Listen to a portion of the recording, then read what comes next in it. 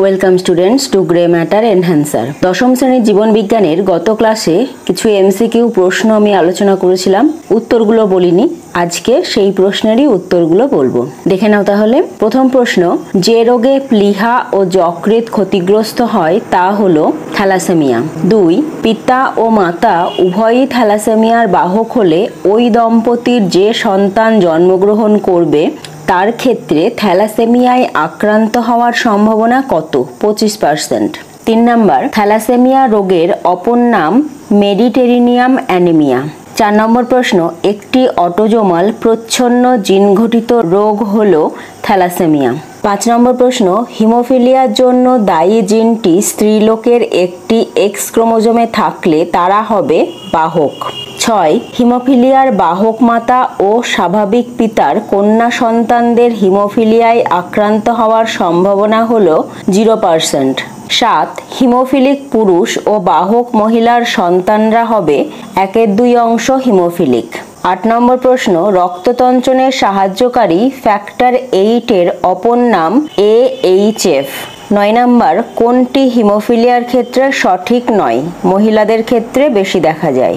10 নম্বর প্রশ্ন, রক্ততঞ্চনের সাহায্যকারী ফ্যাক্টর 11 এর অপর নাম হলো PTA। 11. যদি পরিবারের 5% পুত্র হিমোফিলিক হয় এবং 50% কন্যা বাহিকা হয় এবং বাকি পুত্র ও কন্যা স্বাভাবিক থাকে, তবে পিতা ইস্টু মাতা সমানুপাতিক স্বাভাবিক ইস্টু বাহক।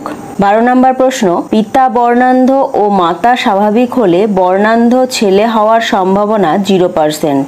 13. পিতা স্বাভাবিক ও মাতা বর্ণান্ধতার বাহক হলে কন্যারা স্বাভাবিক, পুত্রদের অর্ধেক স্বাভাবিক ও অর্ধেক বর্ণান্ধ হবে। 14 নম্বর প্রশ্ন, একজন বর্ণান্ধ বাহক মহিলার সঙ্গে স্বাভাবিক পুরুষের বিবাহ হলে তাদের সন্তানদের ক্ষেত্রে কোনটি সঠিক? সকল কন্যা স্বাভাবিক। 15.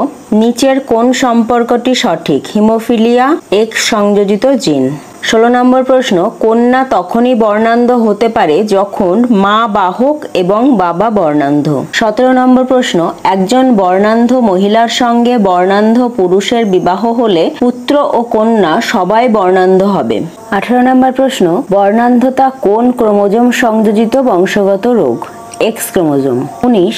বর্ণান্ধ পুরুষে জিনোটাইপ হলো XCY, যেখানে বর্ণান্ধের জন্য দায়ী জিন আমরা ধরেছি X⁶। 20. লিঙ্গ সংযোজিত বৈশিষ্ট্যের প্রধান ধর্ম ক্রিসক্রস উত্তরাধিকার। 21 নম্বর প্রশ্ন এবং আজকের ক্লাসের লাস্ট প্রশ্ন, মানুষের অটোজোমে থাকা জিন দ্বারা নিচের কোনটি নিয়ন্ত্রিত হয় না? হিমোফিলিয়া। তাহলে আজকের ক্লাস এই পর্যন্তই, আবার দেখা হবে নতুন একটি ক্লাসে।